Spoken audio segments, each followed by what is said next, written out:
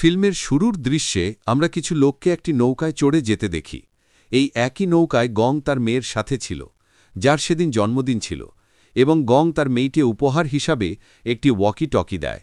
তাদের দুজনের কথাবার্তার মাঝেই নৌকায় সফর করা সবাই সমুদ্রে প্রচুর ডলফিন দেখতে শুরু করে।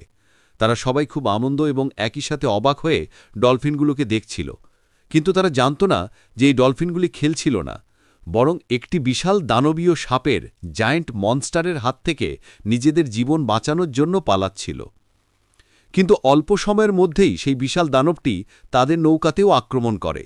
কেউ তখনও পর্যন্ত সেই দানবটিকে দেখতে পায়নি, কিন্তু নৌকার অবস্থা খারাপ হতে শুরু করে। নৌকাটি উল্টে যেতে থাকে, সবাই একে একে জলের মধ্যে পড়ে যায়। আবারও আমাদের গং নামের সেই মানুষটিকে দেখানো হয় যে এইমাত্র জ্ঞান ফিরে পেয়েছে। জ্ঞান ফিরতেই সে যখন তার চারপাশে তাকায়, তখন দেখে সেখানে আরও অনেক লোক অজ্ঞান অবস্থায় আছে এবং কষ্টে ভুগছে। গংয়ের জন্য সবচেয়ে বড় দুশ্চিন্তার বিষয় ছিল যে তার মেয়েকে সে কোথাও খুঁজে পাচ্ছিল না। গং ক্রমাগত তার মেয়েকে খুঁজতে থাকে, কিন্তু তখনই হঠাৎ সে তার মেয়ের কণ্ঠস্বর তার নিজের ওয়াকি টকিতে শুনতে পায়, যেহেতু সেই ওয়াকি টকিটি সে তার মেয়েকে জন্মদিনে উপহার দিয়েছিল। সেই ওয়াকি টকি থেকেই এই সব লোকেরা জানতে পারে যে শুধু এরাই বেঁচে নেই, বরং এর অন্যদিকেও আরও অনেক বেঁচে থাকা মানুষ রয়েছে। তারা সবাই তাদের সামনের বেঁচে থাকা দলটির কাছাকাছি গিয়ে তাদের ডাকার জন্য সিগন্যাল দিতে শুরু করে। ঠিক তখনই গং তার মেয়েকে অন্য দলটির মধ্যে দেখতে পায়। সে তাড়াতাড়ি ছুটে গিয়ে মেয়ের কাছে যেতে চায়, কিন্তু তার পাশে দাঁড়িয়ে থাকা লোকটি তাকে বাধা দেয়, কারণ সেই লোকটি যা দেখছিল তা ছিল অত্যন্ত ভয়ানক। আসলে সেখানে একটি বিশাল জিনিস নড়াচড়া করছিল, এবং কিছুক্ষণের মধ্যেই তাদের কাছে এটা প্রকাশিত হয় যে এই যে জিনিসটি তাদের পেছনে পেছনে আসছিল, সেটি আসলে ছিল একটি বিশাল সাপ, জায়ান্ট স্নেক। সবাই এই বিশাল দানবটিকে দেখে সেখান থেকে অন্য দলটির দিকে পালানোর চেষ্টা করতে থাকে, কিন্তু এই দানব তাদের পালানোর সময়টুকুও দেয় না, কারণ সেটি চোখের পলকে সবাইকে একবারে গিলে নিচ্ছিল। আর একই সাথে সে তার ল্যাজের আঘাতে লোকেদের শূন্যে ছুঁড়ে মারছিল। এখানে গং শুধু তার মেয়ের জীবন বাঁচাতে চাইছিল, তাই সে সেই দানবকে ভয় না পেয়ে তার মেয়েকে বাঁচানোর জন্য এগিয়ে যায়। কিন্তু এখানে অন্য আরেকজন লোক তাকে ধরে ফেলে, কারণ সেই লোকটি গংয়ের জীবন বাঁচাতে চেয়েছিল। গং দেখতে পায় যে তার মেয়ে দাঁড়িয়ে তাকেই দেখছে। ঠিক তখনই সেই দানবটি গংয়ের মেয়েকেও গিলে ফেলে। অনেক মানুষকে খেয়ে ফেলার পর সেই বিশাল সাপটি জঙ্গলটির দিকে চলে যায়, কিন্তু এখানে বেঁচে থাকা লোকেরা খুব ভয় পেয়ে যায়।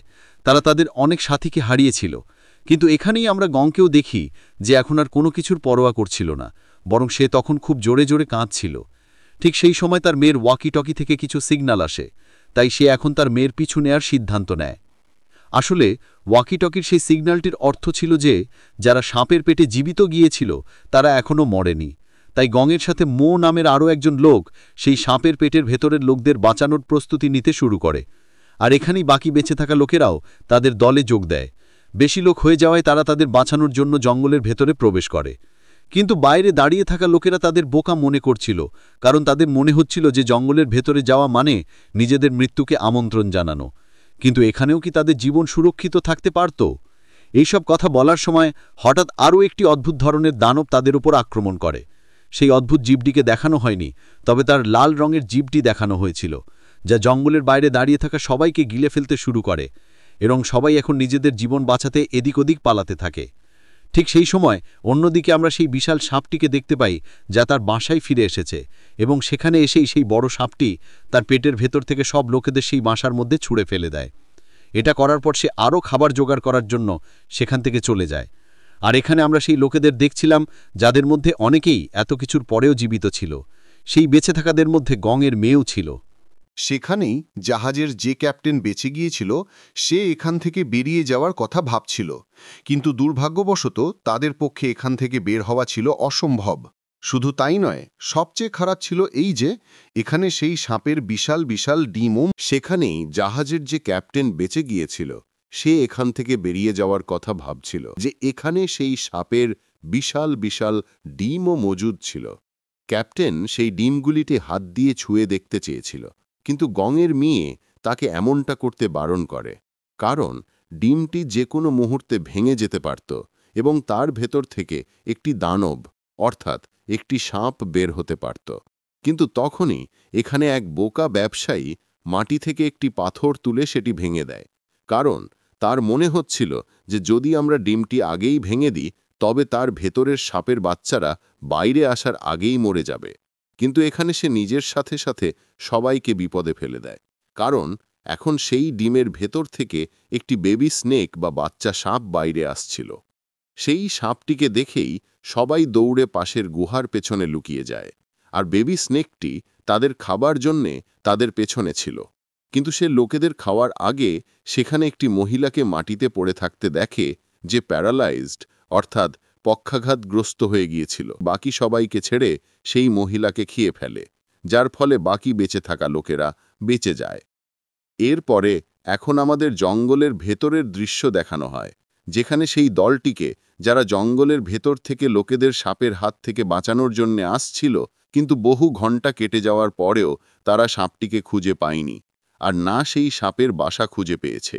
তাই তারা জঙ্গলে কিছুক্ষণ থেমে বিশ্রাম নেওয়ার সিদ্ধান্ত নেয়। ঠিক তখনই গঙের বন্ধু মো সেখানে একটি গাছ কাটে। গাছটি কাটতেই তার ভেতর থেকে কালো রঙের তরল বের হতে শুরু করে। এরপর আমরা এখানে এক বৃদ্ধকে সিগারেট জ্বালাতে দেখি, কিন্তু ভুলবশত তার হাত থেকে ম্যাচস্টিক, দেশলাই কাঠি সেই তরলের ওপর পড়ে যায়। এমনটা হতেই সেখানে আগুন জ্বলে ওঠে এবং সবাই এখানে বুঝে যায় যে এই তরলটি অত্যন্ত শক্তিশালী। আর এখানেই এখন গঙেরও কিছু অদ্ভুত লাগা শুরু হয়ে যায়। হঠাৎ তার খুব বেশি মাথা ব্যথা শুরু হতে থাকে। তার এমন মনে হতে থাকে যেন তার সব সঙ্গীরা তাকে নিয়ে হাসছে। তার পেছনে একটি বিশাল সাপ আছে। এমনকি তার এখানে তার মেয়ের কণ্ঠস্বরও আসতে শুরু করে, যা তাকে বলছিল যে বাবা, তুমি আমাকে বাঁচাতে পারোনি। আর হঠাৎ সেই বিশাল সাপটি তার সামনে এসে তাকে তার জালে ফাঁসিয়ে দেয়। এখানে গং তার থেকে বাঁচার চেষ্টা করছিল, আর হঠাৎ কেউ তার মুখে জল ছিটিয়ে দেয়। এখানে আমরা জানতে পারি যে আসলে এই সব কিছু গঙের সাথে ঘটছিল না, বরং এই সব কিছু সেই গন্ধের প্রভাব ছিল যা সেই কালো তরলটির জ্বলার ফলে আসছিল। তার ওঠার সাথে সাথেই গং লক্ষ্য করে যে গাছের টেন্টাকলস লোকেদের নিজের দিকে টেনে নিচ্ছে এবং তাদের মারার চেষ্টা করছে, যার অর্থ ছিল যে সেই গাছটি কোনো সাধারণ গাছ ছিল না, বরং সেটি একটি অত্যন্ত বিপজ্জনক গাছ ছিল। তারা সেখানে অনেক চেষ্টার পর তাদের বাঁচাতে তো পারে, কিন্তু একজন লোক ছাড়া, যার ভেতরে গাছটি তার টেন্টাকেলস ঢুকিয়ে দিয়েছিল, যার কারণে সে মারা গিয়েছিল। আর এদিকে এই লোকেরা এটা দেখে স্তম্ভিত হয়ে যায় যে সেই গাছটি তার টেন্টাকেলস তাদের দিকে বাড়াচ্ছিল যাতে তাদের মারতে পারে। এখন তারা সেই গাছ থেকে বেঁচে সেখান থেকে পালিয়ে যায়। অন্যদিকে এখন আমাদের সাপের বাসার দৃশ্য দেখানো হচ্ছিল, যেখানে সেই ব্যবসায়ী সেই বেবি স্নেকটিকে মেরে ফেলেছিল। সাপটিকে মারার পর ব্যবসায়ীটি পাগল হয়ে গিয়েছিল। সে সবার সাথে ঝগড়া করতে শুরু করে এবং সবাইকে দোষ দিতে থাকে যে এখানে যা কিছু ঘটছে তা তাদের সবার কারণেই ঘটছে। কিন্তু তারপর এখানে সুশি নামের একটি মেয়ে তাকে শান্ত করে এবং বোঝাতে শুরু করে যে আমরা এখন খুব বড় বিপদে আছি। যদি আমরা এখান থেকে বের হতে চাই, তবে আমাদের দলগতভাবে কাজ করতে হবে। তাদের বাঁচানোর জন্য আসার লোকেরা তখনও তাদের খোঁজে লেগেছিল, আর মো গঙের জন্য অনেক অস্ত্র বানিয়েছিল যা তাদের দানবীয় সাপটির সাথে লড়াই করতে সাহায্য করত। আর এখানেই এখন আমরা গঙের আরও একজন সঙ্গীকে দেখি যে জল পান করার জন্য একটা নদীর দিকে যাচ্ছিল। কিন্তু তখনই হঠাৎ একটি উড়ন্ত প্রাণী বা ক্রিচার তার ওপর আক্রমণ করে। আসলে এটি ছিল একটি দানবীয় মাছ, যার খুব বড় বড় দাঁত ছিল। এই মাছগুলি জলের বাইরে শূন্যেও উড়তে পারত। এই কারণেই এদের ফ্লাই ফিশ বলা হয়। মাছটি আবারও তার ওপর আক্রমণ করে, কিন্তু সে খুব কষ্ট করে তা থেকে বাঁচতে গিয়ে সেটিকে নিজের হাতে ধরে ফেলে এবং সেটিকে আবারও সেই নদীতে ফেলে দিয়ে সেখান থেকে পালিয়ে যায়। এখানে সেই লোকটি এখন সম্পূর্ণভাবে জেনে গিয়েছিল যে এখানে শুধু একটি ফ্লাই ফিশ নেই, হাজার হাজার মাছ ছিল। সেই লোকটি তাড়াতাড়ি জঙ্গলের ভেতরে দৌড়ে যায় এই মাছগুলির সম্পর্কে তথ্য দিতে পারে, কিন্তু সেই মাছগুলিও তাদের পিছু নেয়। আর এই মাছগুলির আক্রমণ থেকে বাঁচার জন্যে সেখানে উপস্থিত সব লোককে সেখান থেকে পালাতে হয়েছিল। কিন্তু তারা যতই জোরে দৌড়াক না কেন, সেই মাছগুলি তাদের থেকেও বেশি দ্রুত ছিল।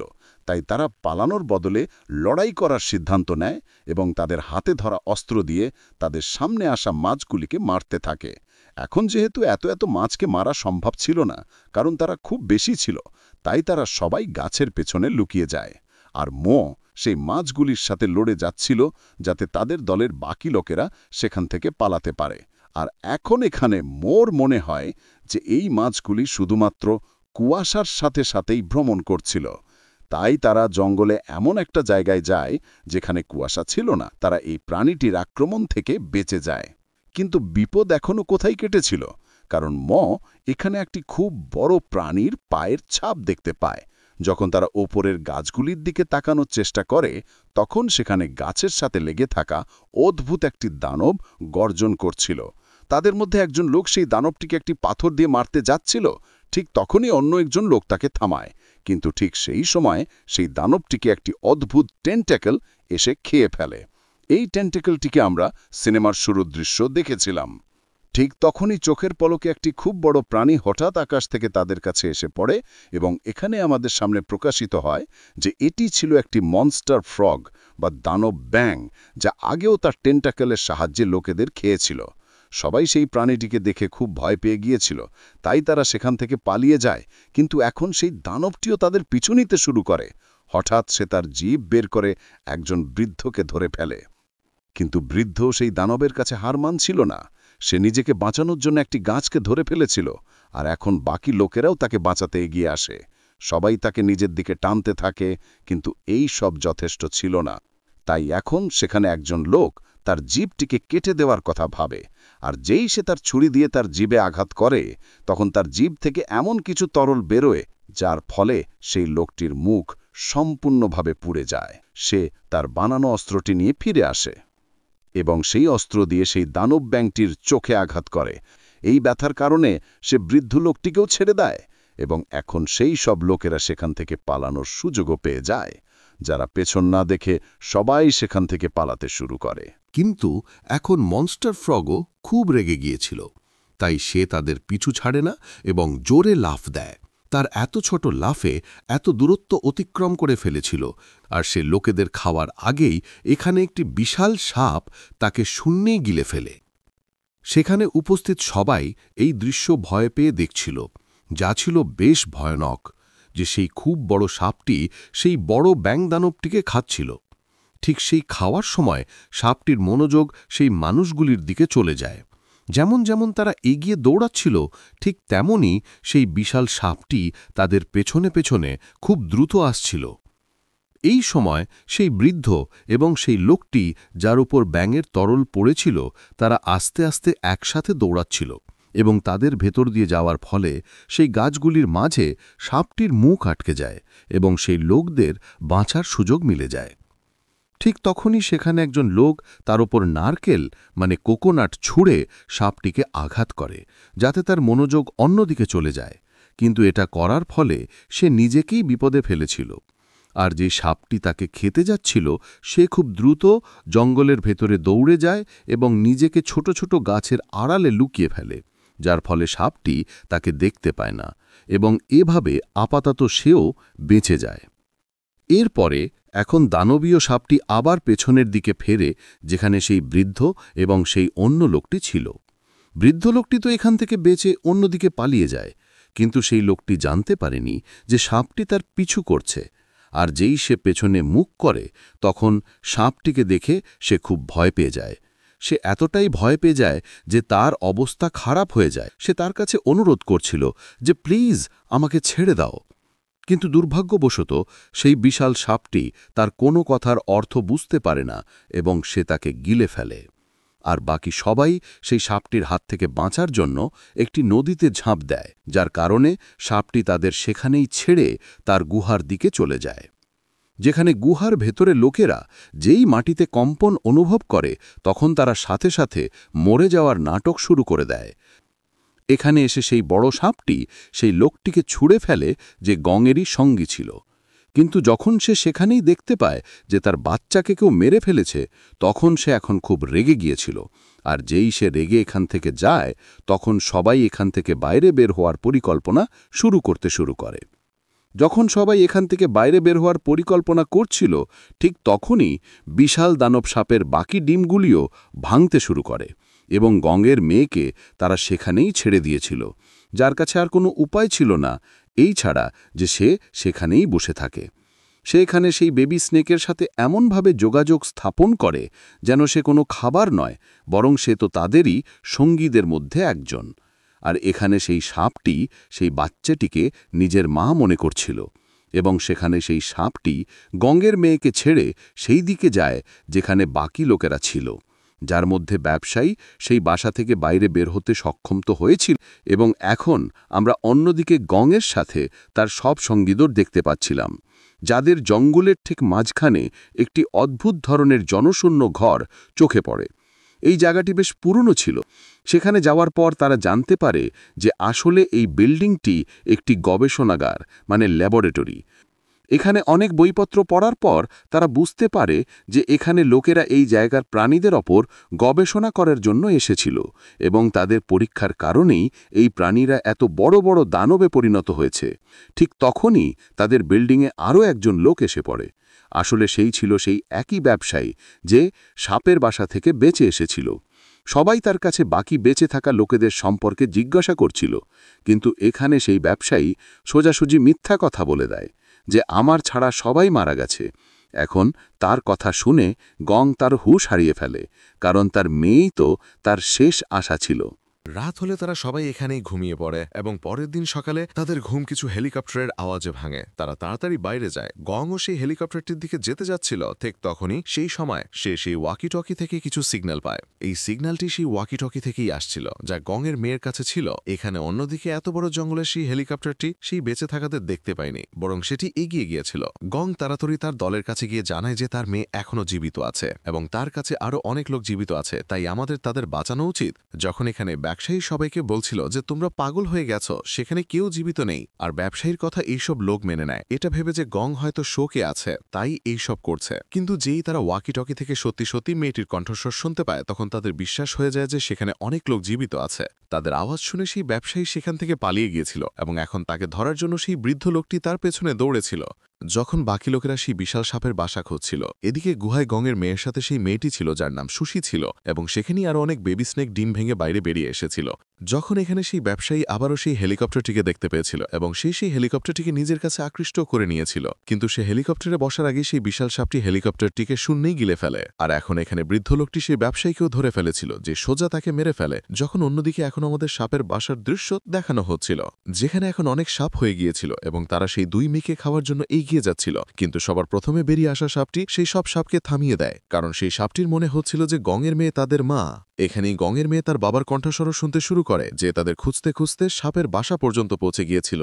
এখন অবশেষে গংও তার মেয়েকে খুঁজে পেয়েছিল এবং সে তার মেয়ে ও বাকি লোকেদের সাহায্য করার জন্য সেই বাসার ভেতরে কোনো একটি গাছের টেন্টাকলস ঢুকিয়ে দেয়। এখন যেমন যেমন সে তার মেয়ে ও সুশিকে উপরের দিকে টানছিল, তখনই সেখানে সেই বিশাল সাপটিও এসে পড়েছিল, যাকে এখন খুব রাগান্বিত দেখাচ্ছিল। কিন্তু সেই সাপটি তাদের কিছু করার আগেই এখানে মো এসে যায়। সে তার হাতে ধরা কুড়াল দিয়ে সাপের চোখই নষ্ট করে তাকে কিছু মিনিটের জন্য সেখান থেকে দূরে সরিয়ে দেয়। এই সময়ের মধ্যে গংয়ের সুযোগ মিলে গিয়েছিল যে সে মেয়েদের বাইরে বের করে আনবে, এবং যতক্ষণ গং এই কাজ করছিল ততক্ষণ মো তার সাথে লড়ে যাচ্ছিল। কিন্তু সে বেচারার কতক্ষণ লড়তে পারত। এখানে এখনো অবশেষে সাপটি তাকে খেতে যাচ্ছিল, কিন্তু তখনই পেছন থেকে তাদের আরও একজন সঙ্গী এসে তার অস্ত্র দিয়ে সাপের অন্য চোখেও আক্রমণ করে, এবং মো এই সুযোগের ফায়দা তুলে একটি গাছকে তার উপরই ফেলে দেয়, যার কারণেই সাপটি এখন তাদের থেকে বেশ দূরে চলে গিয়েছিল। কিন্তু এখানেই অন্যদিকে আমরা দেখতে পাই যে সেই মেয়েগুলি এখনো বাইরে বের হতে পারেনি, এবং এখানে শেষ মুহূর্তে এসে তাদের সাহায্য করে জাহাজের ক্যাপ্টেন। সে সেই দুই মেয়েকে উপরে তোলার চেষ্টা করে, যার ফলে সেই দুজন মেয়ে তো উপরে বেরিয়ে যায়, কিন্তু সেই জাহাজের ক্যাপ্টেন সেই বেবি স্নেকগুলির হাতে মারা যায়। সে সেই মেয়েদের জন্য নিজের জীবন কুরবান করে দিয়েছিল। আর এখন তারা তাদের জয়ের উদযাপন করছিল। ঠিক তখনই তারা দেখে যে বড় বিশাল সাপটিরও গান ফিরে এসেছে। এদিকে ব্যবসায়ীকেও দেখানো হয় যে দৌড়াতে দৌড়াতে সেই জায়গায় পৌঁছে গিয়েছিল যেখান থেকে সে শুরু করেছিল। এখন যে লোকটি সে মেরেছিল তার দেহের সাথে ধাক্কা লেগে সে আবার বাসার মধ্যে নিচে পড়ে যায়, যা দেখে সব বেবি স্নেক তার উপর ঝাঁপিয়ে পড়ে এবং তাকে ছিঁড়ে খুঁড়ে খেয়ে ফেলে। এখানেই এখন আমরা বাকি সব লোককে দেখছিলাম যারা সেই সাপটির থেকে বেঁচে পালাচ্ছিল, কিন্তু এখানে মৌ সবাইকে বলতে শুরু করে যে আমরা বেশিক্ষণ সেই সাপটির থেকে বেঁচে পালাতে পারবো না, তাই এখন আমাদের সেই সাপটিকে শেষ করতে হবে। এইটুকু সে বলেছিল, ঠিক তখনই সেই বড় বিশাল সাপটি এখানে এসে পড়েছিল। সেই সব লোককে পাঠিয়ে দেয় এবং নিজে সেই সাপটির সাথে লড়তে শুরু করে। সাপটি যেই মরে সে তার নিজ দিয়ে পিরিয়ে তার পুরো শরীরে আঘাত করে, কিন্তু তার এই আক্রমণে কোনো পার্থক্য পড়েনি, বরং সে মৌকেই মেরে ফেলতে যাচ্ছিল। আর মৌকে এইখানে বাঁচানোর জন্য তার অন্য সঙ্গীও এসে পড়েছিল। আর এখন তারা দুজন ইচ্ছাকৃতভাবে আবার জঙ্গলের ভেতরে যায় যাতে বাকি বেঁচে থাকা লোকেরা সেখান থেকে পালাতে পারে, এবং তারা সাপটিকে অন্যদিকে ঘুরিয়ে দেয়। তারা দুজন সাপটিকে সেই জায়গায় নিয়ে আসে যার ভেতর থেকে জ্বালানিযোগ্য তরল বের হচ্ছিল। এখানে সাপটিও ময়ের সঙ্গীকে অনুভব করতে পেরেছিল, কিন্তু তাকে খাওয়ার আগে সাপটি আন্দাজ করে ফেলেছিল যে তারা তার জন্য একটি ফাঁদ তৈরি করেছে। যখন এদিকে আমরা গংকে দেখতে পাচ্ছিলাম যে তার মেয়েকে সেখান থেকে পালাতে বলে, নিজে তাদের সাহায্য করার জন্য যায়, এবং এখানে মো তার লাঠি সেই জ্বালানিযোগ্য তরলে ডুবিয়ে দিয়েছিল। ঠিক তখনই মোয়ের সঙ্গী আবার জঙ্গল থেকে ফিরে আসে যেখানে গং জঙ্গলের ভেতরে প্রবেশ করতে যাচ্ছিল সে সবাইকে সেখান থেকে পালানোর জন্য বলে, যার ফলে গংয়ের আন্দাজ হয় যে তাদের কোনো ভুল হয়ে গেছে এবং তাদের পেছনে তাকাতেই এখানে সত্যিও কিছু খুব ভুল হয়ে গেছিল। সেই সাপটি আবার গংয়ের মেয়েকে খেয়ে ফেলেছিল, যা দেখে এখন গংয়ের খুব বেশি রাগ আসে এবং সেই সাপটির সাথে নিজের লড়ার সিদ্ধান্ত নেয়। এবং যেই সে সাপটির সাথে লড়ার জন্য সাপটির সামনে যায়, তখন সাপটি এখন তাকে খেতে যাচ্ছিল। সে এখনও তার মুখ বড় করে খুলেছিল। ঠিক তখনই সেখানে জঙ্গল থেকে মো বেরিয়ে আসে, যার হাতে আগুন ছিল, যা দেখে ভয় পেয়ে সাপটি আবার জঙ্গলে পালিয়ে যায় এবং মো তার পিছু নিতে শুরু করে। তারপর সাপটি যেই সেই গাছগুলির কাছে পৌঁছায়, যার ভেতর থেকে জ্বালানিযোগ্য তরল বাইরে বের হচ্ছিল, তখন সেখানে মো হাতে ধরা আগুনটি ছুঁড়ে ফেলে দেয়, যার ফলে সে সাপটি এখন পুরোটা জ্বলতে শুরু করে। সে নিজেকে বাঁচানোর জন্য জঙ্গল থেকে আবার বাইরে বেরিয়ে আসে, কিন্তু আগুনের জ্বালা এত তীব্র ছিল যে সে নিজের জীবন বাঁচাতে পারে না এবং সে মারা যায়। গং তাড়াতাড়ি সেই মরে যাওয়া সাপটির কাছে পৌঁছে যায়, যাতে সে তার মেয়েকে বাঁচাতে পারে। সাপের মুখ খুলতেই গং তার মেয়ের হাত দেখতে পায়, যাকে সে সাথে সাথে নিজের দিকে টেনে নেয়। কিন্তু গঙ্গের মেয়ে এখন কোনো প্রতিক্রিয়া দেখাচ্ছিল না। তাদের মনে হচ্ছিল যে হয়তো সে মারা গেছে, তাই তারা তাকে শুইয়ে দিয়ে তাকে হুঁশ ফেরানোর চেষ্টা করে। অনেক চেষ্টার পর তার হুঁশ ফিরে আসে, যাকে জীবিত দেখে গঙ্গের সাথে সাথে বাকি বেঁচে থাকা লোকেরাও খুশি হয়ে যায় এবং অবশেষে তাদের সবার জীবন সেই ভয়ঙ্কর দেখতে সাপটির হাত থেকে বেঁচে যায়। আর এর সাথেই এই গল্পটি এখানেই শেষ হয়ে যায়।